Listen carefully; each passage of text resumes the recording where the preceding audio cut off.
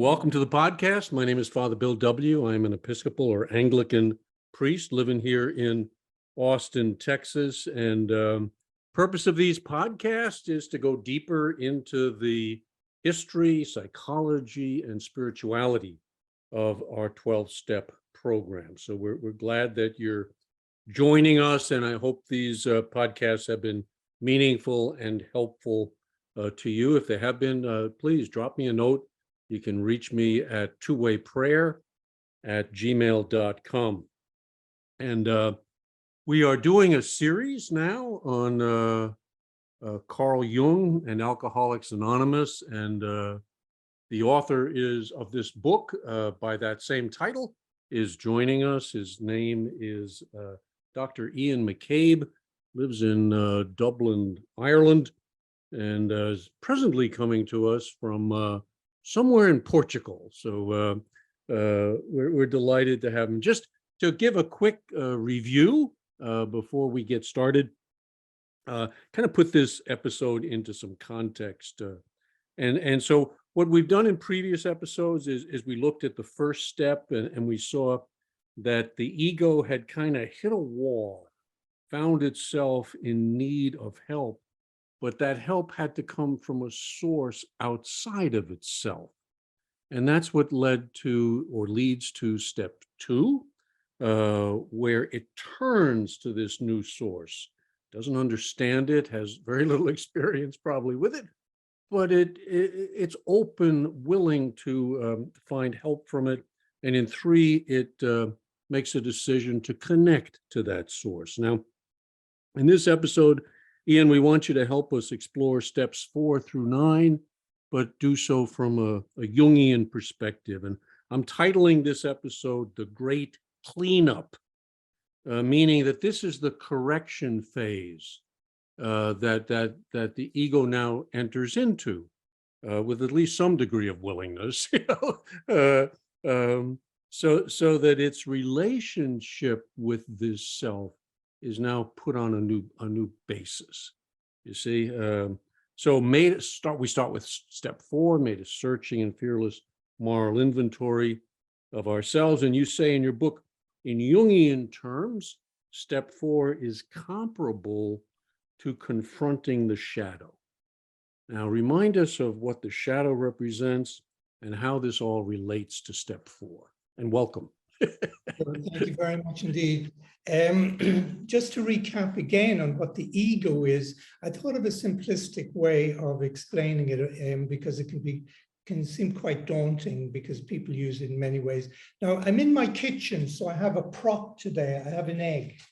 And I will show you how I would explain the ego. Inside the egg, there is a white part and the yolk. Let's say the yolk is the ego, and the white part is the self, the true self, the God within, if you like. Mm-hmm.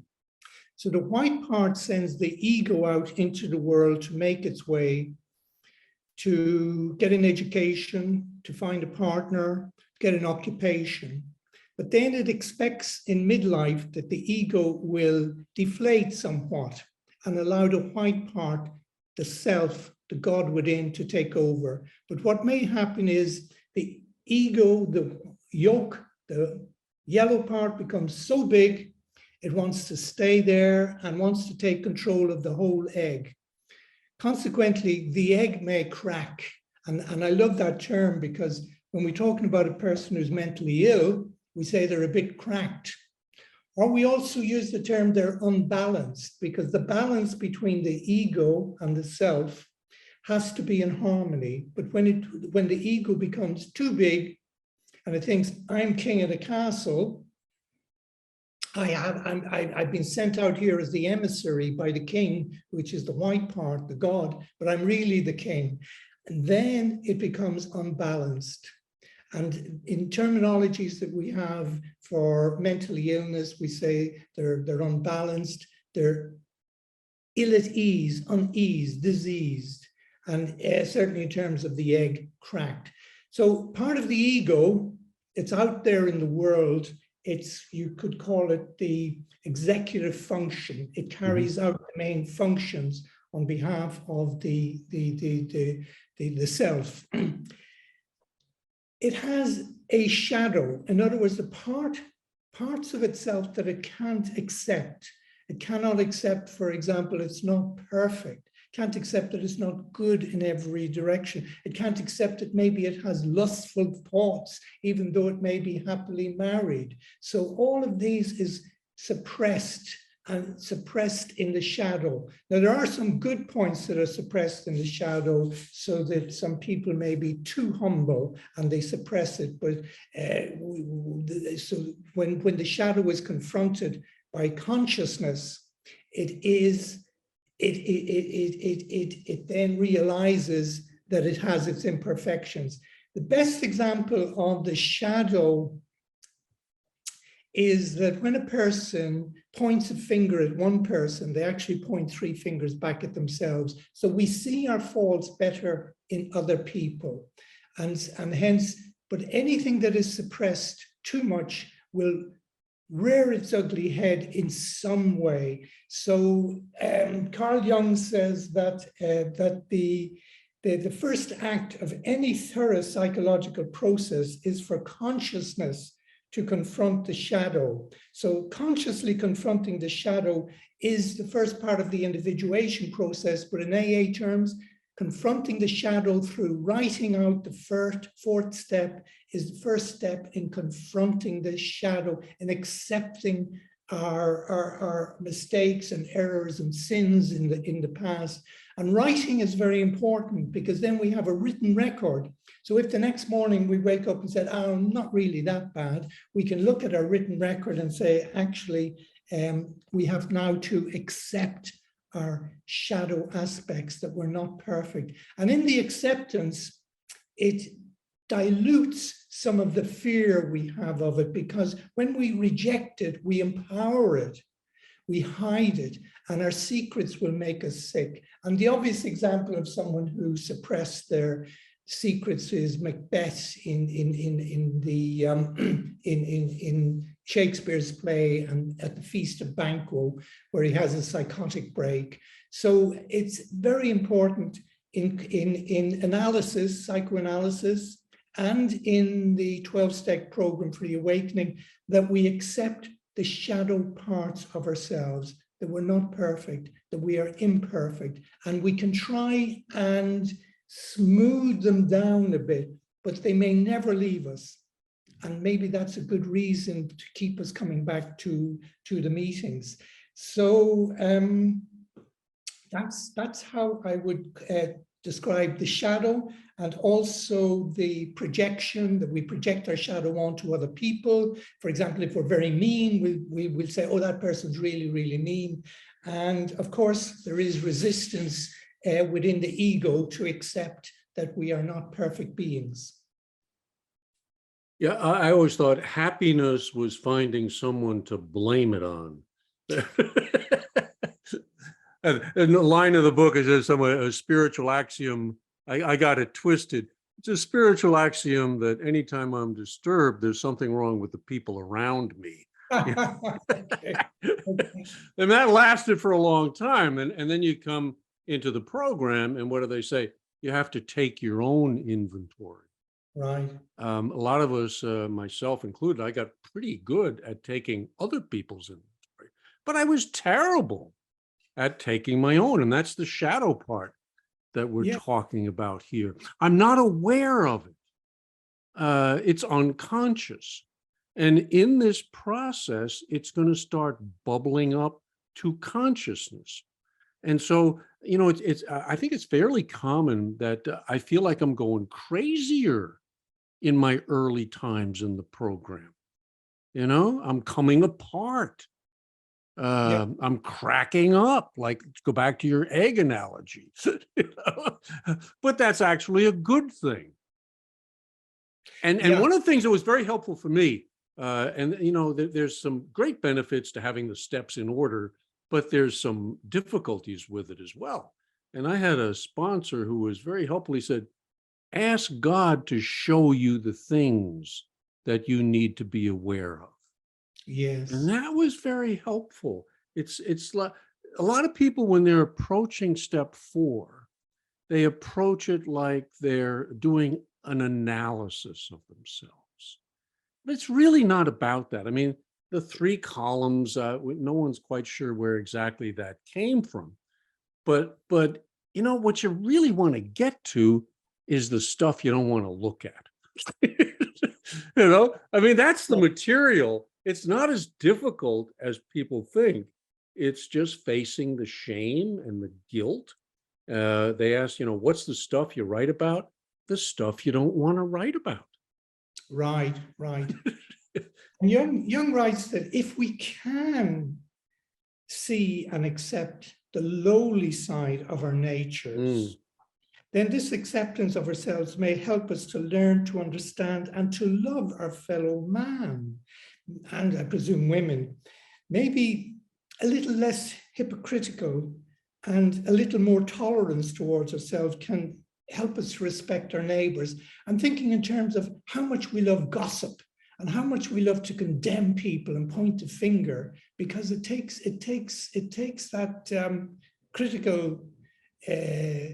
critical finger away from ourselves. So we feel good when we criticize other people, unfortunately, but ultimately the shadow must be accepted and assimilated and taken on board as part of our true natures if we are to, in Jungian terms, individuate, or in AA terms, to awaken, to have a spiritual awakening. So we must accept that part of ourselves that we want to reject. So this means going down into that basement, looking at the things that I said I'd never talk about or face again, repress, push away. In the program, we say secrets keep us sick. You have a nice quote in your book from Jung where he says, it's secrets act like psychic poison that alienates their possessor from the community. What did he mean by that? Alienates from the community. The secrets keep us sick. Yes, I think the fear that our secrets will be revealed makes us on guard, and we're never quite connected to our community as we feel apart from it. But once we make the confession to another human being, then the fences are brought down and we feel a part of society more so than ever before, no longer apart from it. Maybe a fear that society will reject us if they find out our secrets that we said we would take to the grave with us. But once told to another human being, we feel a level of acceptance. Carl Jung, that's the critical part in facing, in going in and doing a 5th step, or yes, in writing this material down in the 4th step. Am I consciously leaving something out? This I will not talk about. This I will not face. And that's exactly the stuff that has to come out. yes, yes. It is that stuff that we don't want to talk about that is the most important to get out and speak. And Jung does say that confession made to one's own self, just by writing it out, is writing it out to oneself. I mean, that's the proof of it, that we have the evidence, but it is little or no effect, whereas confessions made to another are much more promising in their effect. So it is relating to another human being, and through that human being, we're relating back into society much more. Yeah, I always thought it was interesting. It's like the step says we did it 3 times. We admitted to God, we admitted to ourselves, and then we admitted to that one other human being. So it's a kind of a threefold thing. And you use the word confession. You don't hear that as much in AA. But it really is more like a confession. And you make a point in your book that Catholics actually have a little bit of an upper hand here if they've been practicing, because they're somewhat used to confession. And Protestants have a harder time because in Protestant theology, it's like, well, this is between you and God. You don't really need to go to another human being. You just take care of it there. But Jung would say, we do need to go to that other human being. And like you were saying, at the end of my fifth step, my sponsor said something I've never forgotten, and I often do it when I listen to someone's fourth step. He said to me, Bill, welcome to the human race. Right. It was profound. It was profound. And he was exactly right. Yes. I had been hiding. I had basement stuff that wasn't going to come out. And it did. And it was welcome. Welcome. Yes. Yeah. And the big book also refers to this. It says, you know, we can now look the world in the eye. Our fears fall from us. And we begin to feel the nearness of our Creator. Yes. We begin to have a spiritual experience. We feel we're on the broad highway, walking hand in hand with the spirit of the universe. And I think this feeling that we're back into a part of society is very, very true. And Jung also says that, you know, in reference to your saying the secrets are a psychic poison that alienate the possessor from the community. He says a secret shared with several persons is as beneficial as a merely private secret is destructive. Mm-hmm. And he does say that the secret works like a burden of guilt that cuts the unfortunate possessor from communion with his fellows. So there's definitely something that if a person feels extraordinarily guilty about, it shows. For example, not that I've counseled too many people who've murdered people, but the people I have counseled who've murdered people, Mm-hmm. almost an aura about them that they have taken a life, and it's so strong that you can almost touch it, that they carry this in their conscious and unconscious, no doubt, that this great evil action has been done. And I don't know, as a counselor, if I can relieve them of that guilt. I think it has to be handed over to a spiritual person, or only God can relieve us of our alcoholism, or you know, similarly, that maybe God can only relieve us of our secrets. But through this confessional with a sponsor or a minister, we are talking through the sponsee, or through the sponsor, sorry, to God and to ourselves, to hear ourselves as well. And it does connect us back. This is something that really plagues soldiers coming back from war, that they have participated in killings, and at a very deep level, the trauma is very deep within them. In tribal societies, they would remove people from the community and cleanse them. They had rituals that they would undergo, sweat lodges and things of that nature, to cleanse them of any residual guilt or shame that they're carrying, so that they were then safe to come back into the community. And we've lost our rituals, and confession is one of them, but it is kind of a ritual. You know, another thing the guy said who did it, he said, I'm here to represent the human race. Everybody couldn't make it today for your fifth step, Bill. You know, a few people had some other things on their agenda, but I'm here in their place. I am representing them. It's very profound. and that is I think you talk about mentoring in your book, that the person who is doing the fifth step is undergoing somewhat of an initiation rite.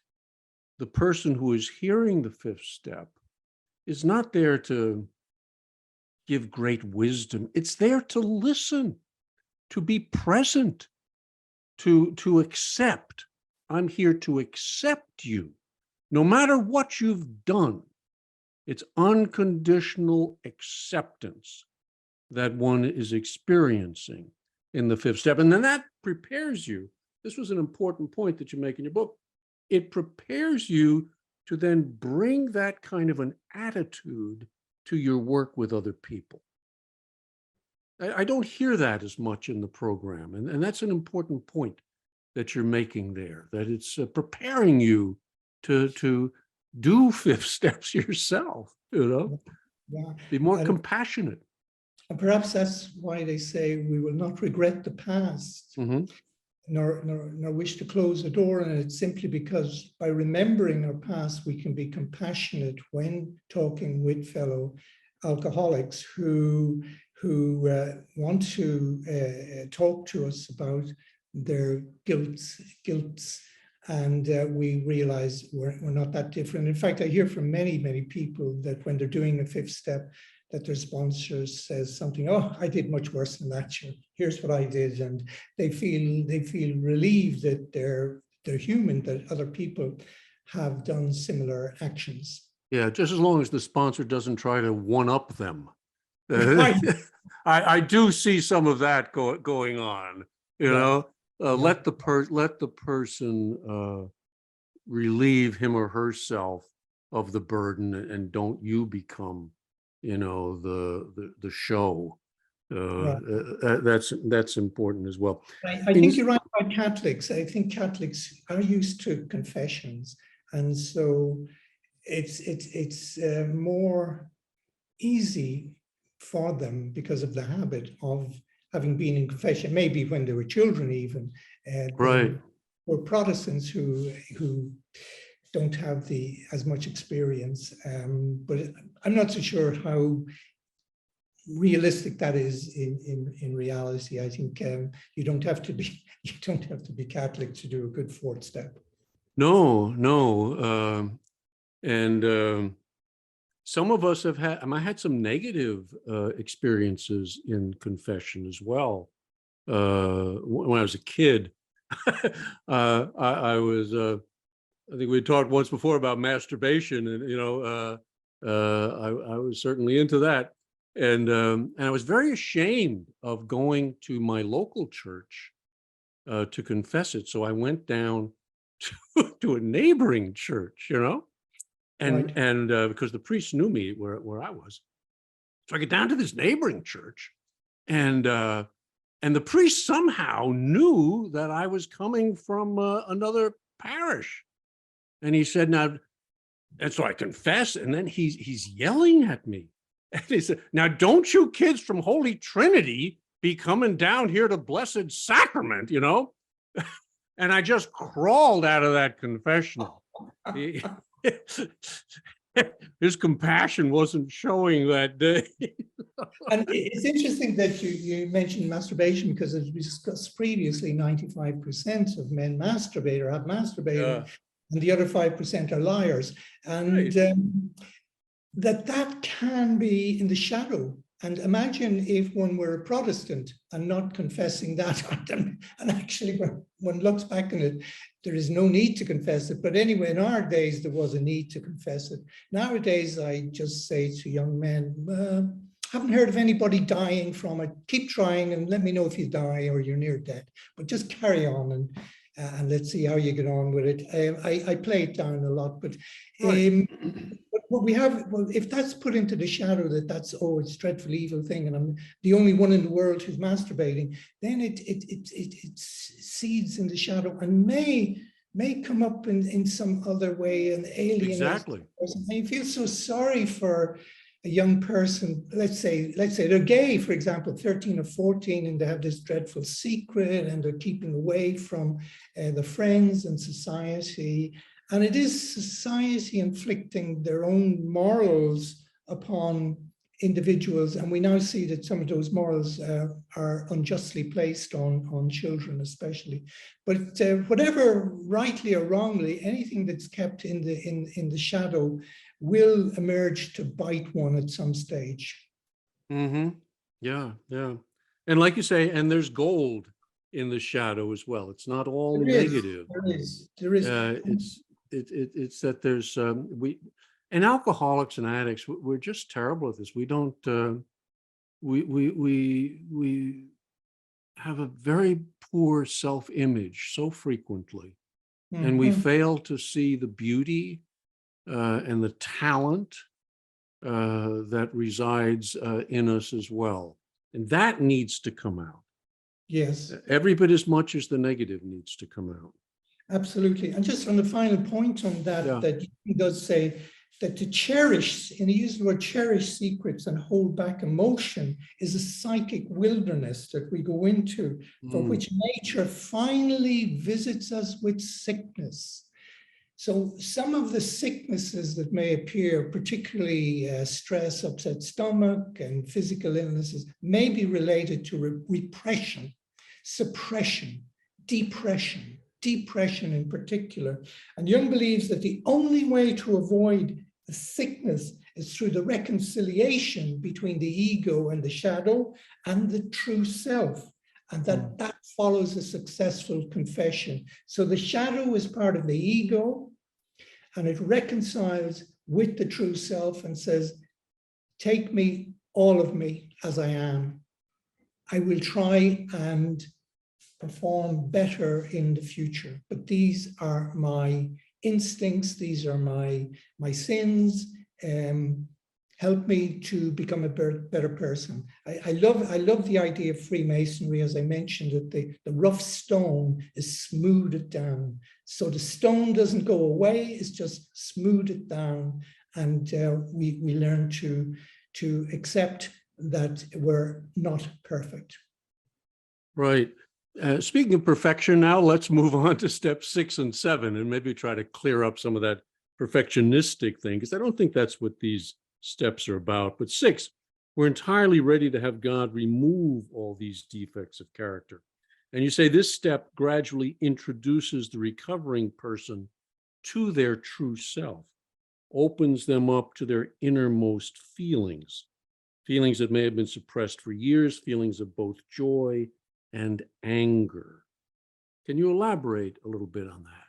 Yeah, I think men in particular, they say the good thing is your feelings come back, and the bad thing is feelings come back.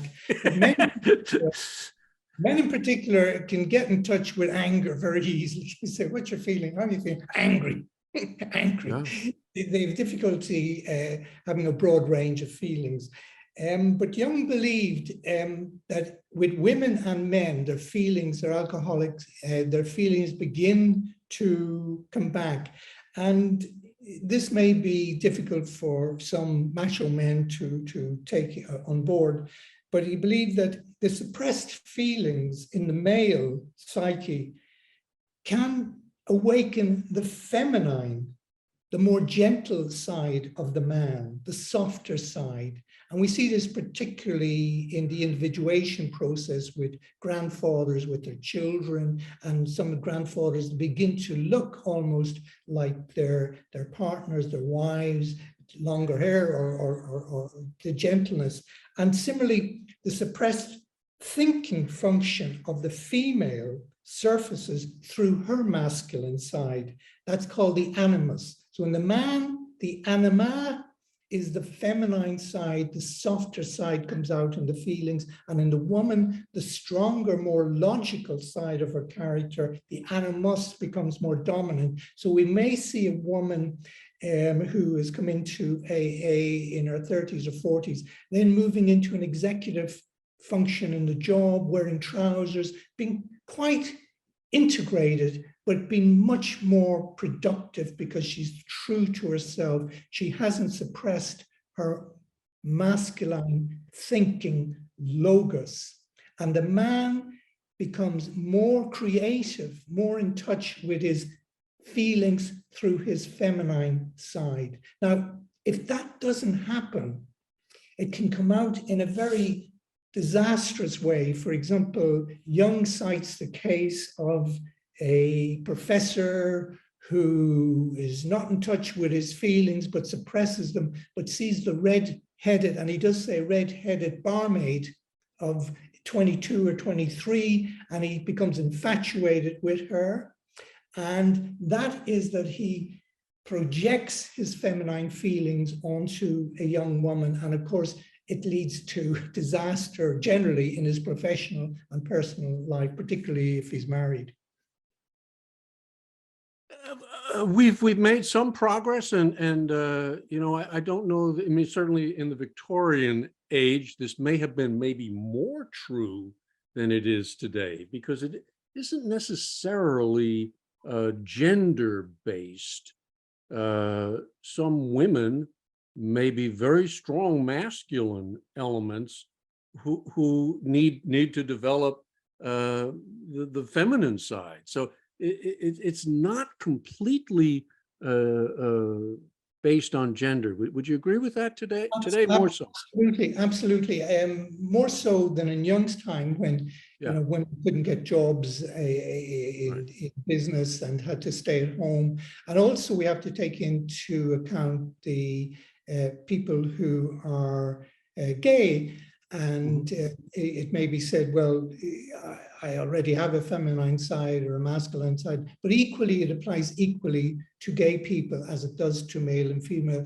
But I think despite the progress of society in accepting the woman who is in law or medicine, there is still a part of them that they may have to suppress. They may have to be tougher than the average man to become prime minister. I mean, you think of Golda Meir in Israel or Margaret Thatcher in Britain, as though they had to be even more masculine than the men. So I think there is an element of truth to it, but not as much today as in the past. But it still allows the awakening of what Carl Jung would call the soul to begin to emerge. And it has a feminine character in the man and a masculine character in the woman.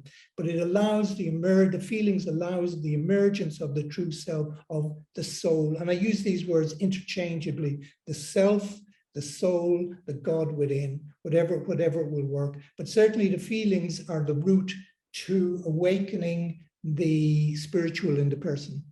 The important point may be which side has not been developed.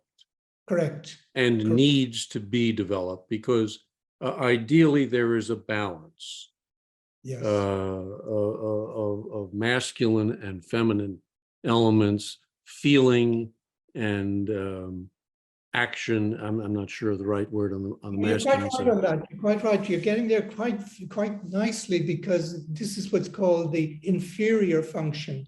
Right. So its feeling function is inferior in the male, and his what's called thinking function is the superior that he relies on. So when he's faced with a problem, he thinks about it rather than feels through it. And similarly, generally, we say women generally are more feeling. And then they think, oh, I shouldn't really be saying this. They then think, you know, even female doctors are supposedly, you know, I would find them better because they're more feeling rather than thinking. Whereas the male doctor would be thinking from a textbook, whereas the female doctor may be more feeling. So that's how I go. And so similarly with extroversion and introversion that people are much more aware of. A person may be very extroverted, whereas another person may be very introverted. And by getting in touch with the unconscious, there may be a balance so that the introverted person becomes a little bit more extroverted and the extroverted person becomes a little bit more introverted. So these are what are called the functions. Okay, in step 7, humbly asked him to remove our shortcomings. You say, and I think the book would bear you out on this. Step 7 is all about humility. And here's what you write. This is the step where a selfish attitude is changed and a move is made away from preoccupation with self toward a greater interest in others. This is the beginning of preparing to be of maximum service to others and is one of the main aims of the programs of AA. So this step isn't just about the almighty me, it's part of that bigger correction phase that is going on. I thought that was a very interesting insight. Yeah, and even the word humble, my understanding is that it comes from the Latin humilis, meaning earth, ground, lowly as well. And it can mean modest, unpretentious, ordinary, and also includes conscious of one's feelings. But Bill Wilson writes that without some degree of humility, no alcoholic can stay sober at all. Like I know some alcoholics who are just so humble, you know, I say to them as a joke, you know, we should get you a medal, the humblest man in England, a gold medal, and you could wear it. And he would say, only in England? What about the continent? What about and maybe we could do a documentary on you at the yes, in the world, and would that be okay? But yes, humbly asked him to remove our shortcomings. It's wonderful that in the big book it has this reference to the humbling experience of crossing the threshold of an AA meeting, the humbling experience of going to a counselor in therapy and humbly asking them to help, handing over our power. And the AA prayer is quite beautiful, actually. It says, my Creator, I am now willing that you should have all of me, good and bad. I pray that you now remove from me every single defect of character which stands in the way of my usefulness to you and my fellows. Grant me strength as I go out from here to do your bidding. So with this all takes humility, and the ego then is really deflated and asking and recognizing that it has shortcomings and asking that they be removed. Yeah, and that it takes a power greater than oneself to remove them. So again, this relationship with the greater self, the great reality within, is evolving as I move through the steps and move through my recovery. My center is shifting. My center is yes, not so much in the ego, that always remains there as the center of consciousness, but now there is an awareness of go back to the egg, of the white part that is surrounding me, protecting me, encouraging me, growing me, if I will cooperate with it. Yes, yes. Yeah. And I think that the growing and the cooperation is also a tolerance, because we need to know darkness to understand light. The young believes the recovering person needs to experience the dark shadow side of their nature in order to appreciate their opposite nature, which is spirituality. So the opposite of the shadow is the spiritual.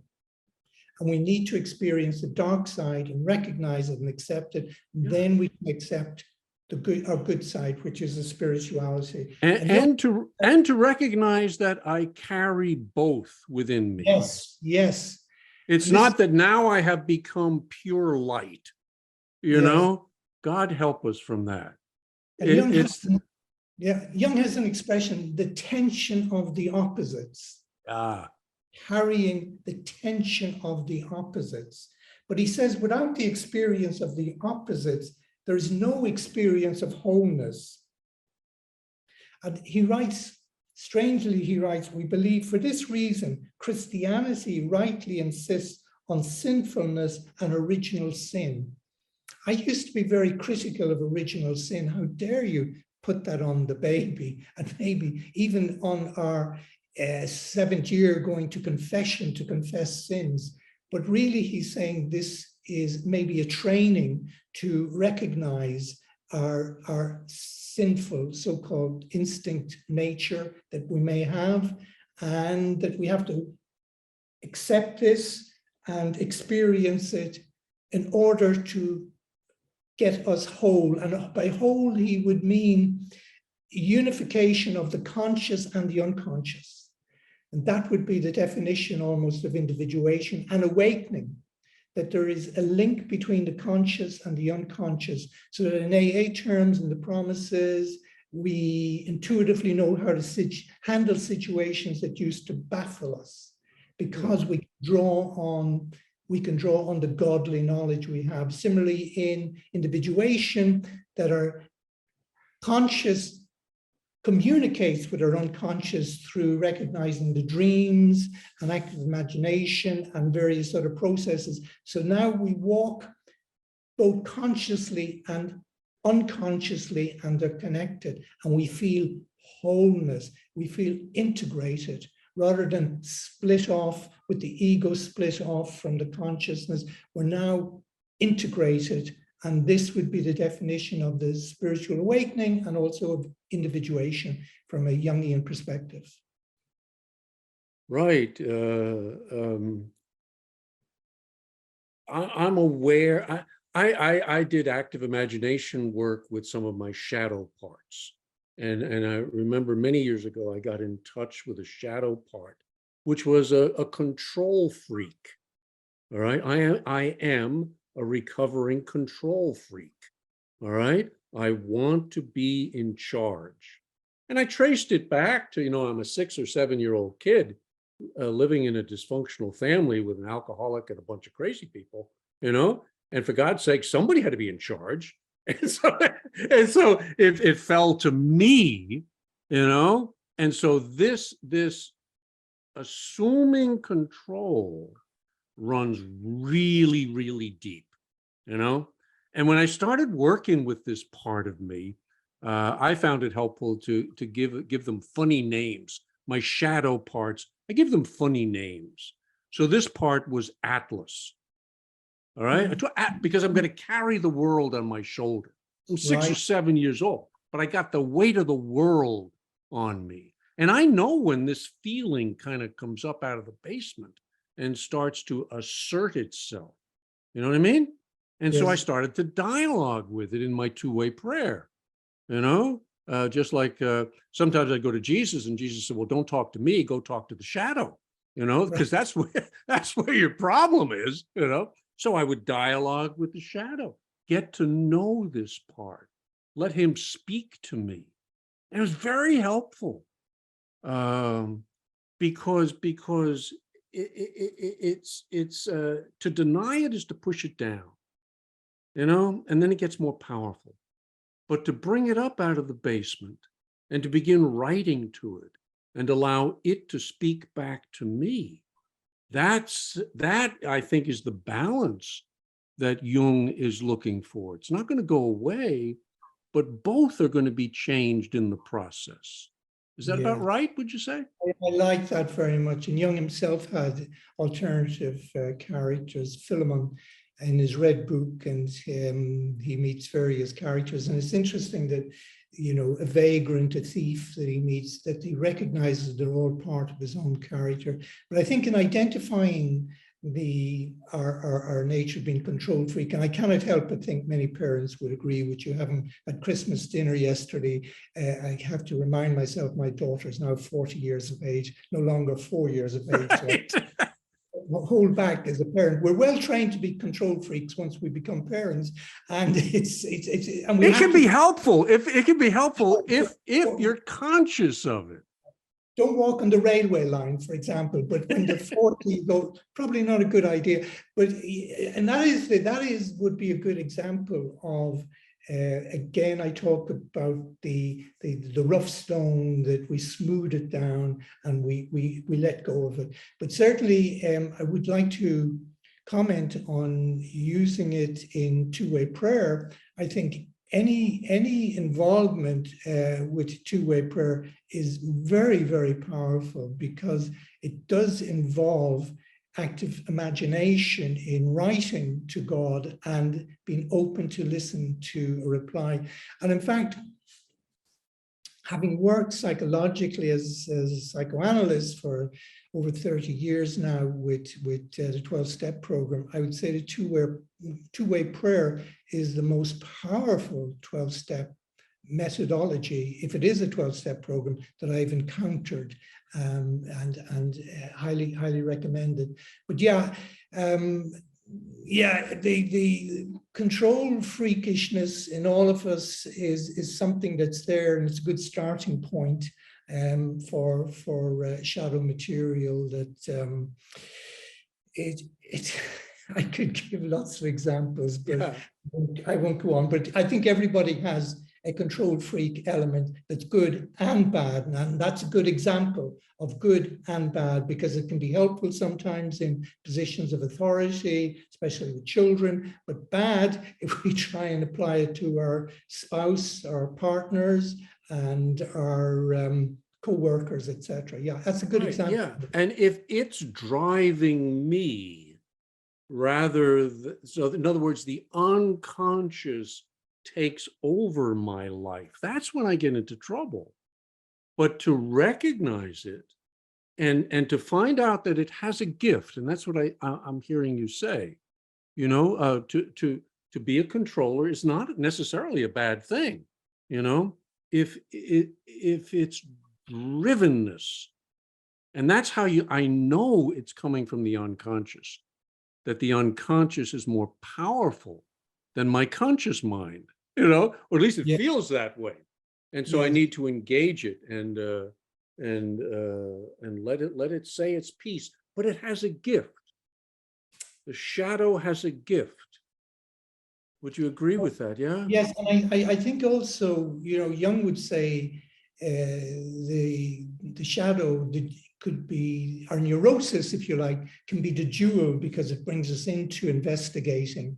But I would also go a little bit further and say that defects of character, such as, let's say, if we were to classify them according to the DSM general neuroses, and say someone's, for example, paranoid, well, they could make a very good policeman, for example. Right. Someone's histrionic, for example, they could make very good theater people in the theater.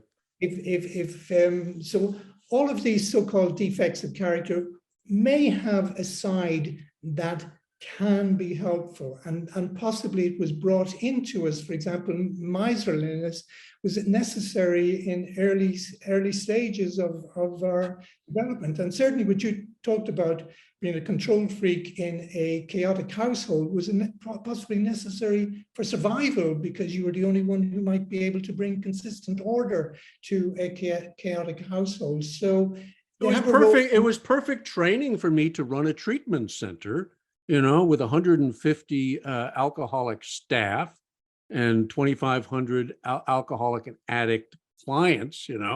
I mean, welcome home.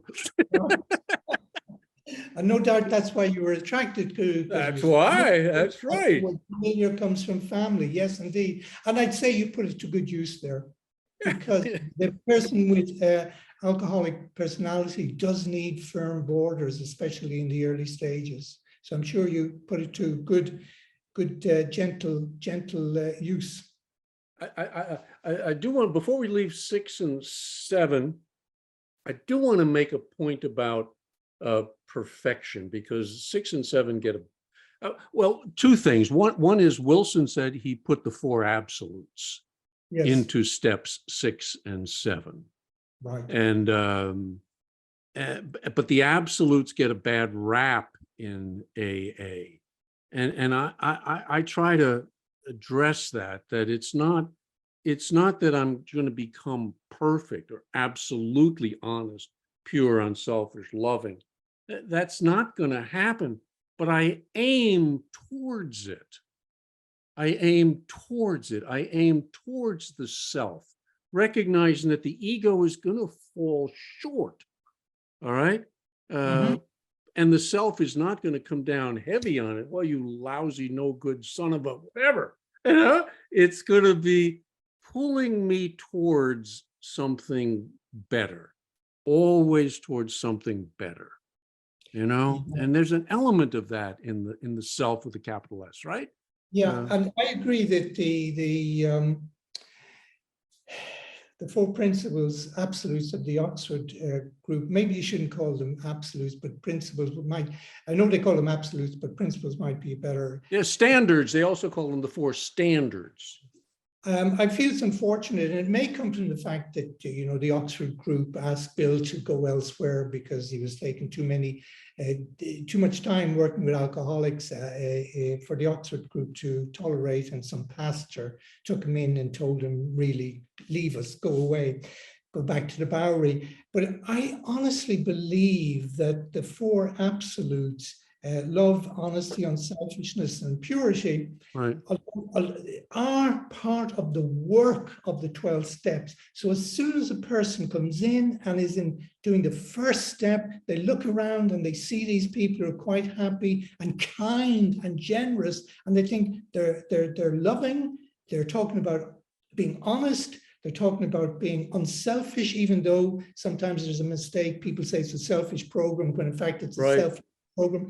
But using these four standards is the working of the steps. And by the time the person has gone through to the 9th step, they are prepared to have a spiritual awakening, because now they're leading a fairly unselfish, honest, loving, as pure as can be life. And I think that is the essence of working the steps.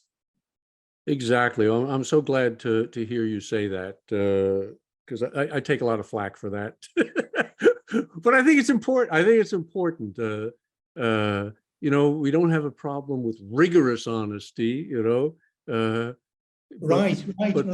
be very careful, well, kind of get sort of honest, get kind of honest, cheat on your taxes if you want, but don't lie to me, your sponsor, Not remembering that half measures availed us nothing. Right. Yeah. The book goes back and forth between those two. It's absolutist in some ways, and then it's always opening the door. And I think that's right. And maybe that's a nice description of the ego trying to enter into this relationship with its own potential. I'll tell you a short story about absolute honesty. Once I lost an heirloom watch my father left me. He left me in his will bills. An African American once said to me that white men, they leave wills. African American men, they leave bills. And I said, well, my Irish father left a will and bills. But anyway, he gave me this watch that he had bought when he'd won the lottery, and now was penniless. And I lost the watch, and I claimed for it on my insurance and got a whacking big amount. I went off on a tremendous holiday to India. And when I came back, my father-in-law asked for the lend of a jacket. I gave it to him and he pulled out, he said, who owns this watch? So I phoned the insurance company and I said, look, I found the watch. I want to repay the money. And they said to me, we will send you the form. So I waited and I waited. And then I spoke to a spiritual advisor and I said, what's happening? They said, Ian, they don't have a form for people to return money to. They don't have such a form. And I found my rigorous honesty interesting, that at least I had made the attempt. Let's go on to 8 and 9. Sure.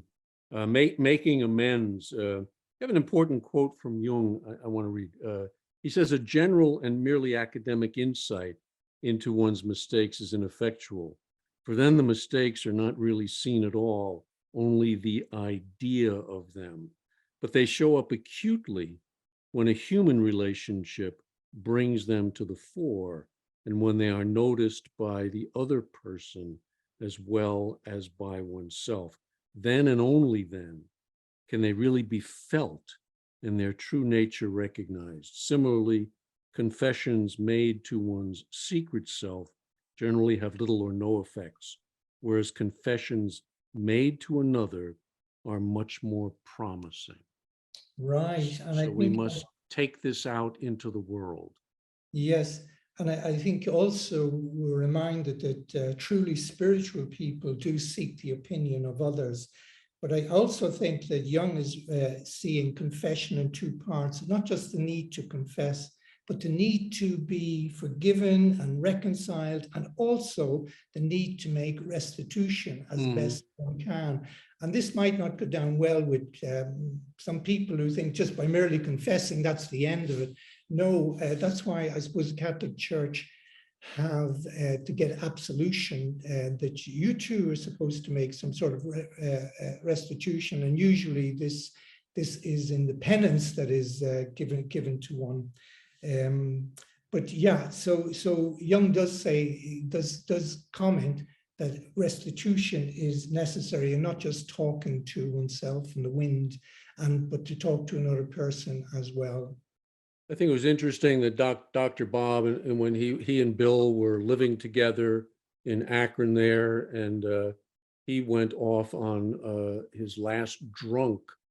They were waiting for him to come home, and what he was actually doing, they thought he was hopeless, wasn't going to get it, but he was actually going around making amends, and amends that he had put off, amends that he had said, no, I can't do this. I'll lose my standing in the community. No one will trust me as a physician. And while Anne and Bill were waiting for him, he was running around making amends. And that was when his last drink really took effect, when he did what later became steps 8 and 9. That's interesting. Is that when he went to Atlantic City to attend a medical conference? Yes. Yeah, he got drunk there. Yeah, he did. And there's actually a picture of him in AA headquarters coming back from that conference. And the reason why I'm referring to it is because it's dated the 17th of June, whereas the AA anniversary of June 10th. Is the 10th. So there's a picture of him coming back from Atlantic City on the 17th. So that's an indication of my pettiness and academic pettiness, saying, oh, maybe we should shift it from the 10th of June to the 17th. It'll never happen. It's in AA lore. And yeah. June 10th is also my wife's birthday, so I'm going to vote against. That's good enough reason. So it's a marvelous way to remember both. And also, I think we should honor what has been honored by other people. I mean, we could make the same argument about Christmas. The birth yeah, who knows? Nobody knows when Christmas was. They decided I think it was the 5th century. We got to pick a date. Let's honor what the majority honor. Right. And my wife actually asked me that when I was in Bethlehem, and sent her a photograph of the birth spot of Christ. And she said to me, how do you know it was there? And I said, because millions of people have said it is there, and let's just honor it. And I felt a great connection when I saw that nativity spot, so yeah, we'll accept that. Most scholars would say it was not in Bethlehem. Mm-hmm.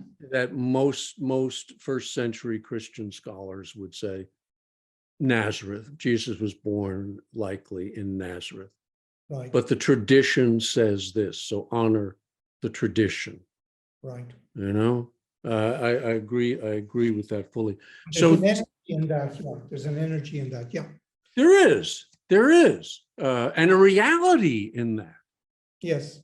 A reality. The great reality is more important than the little realities.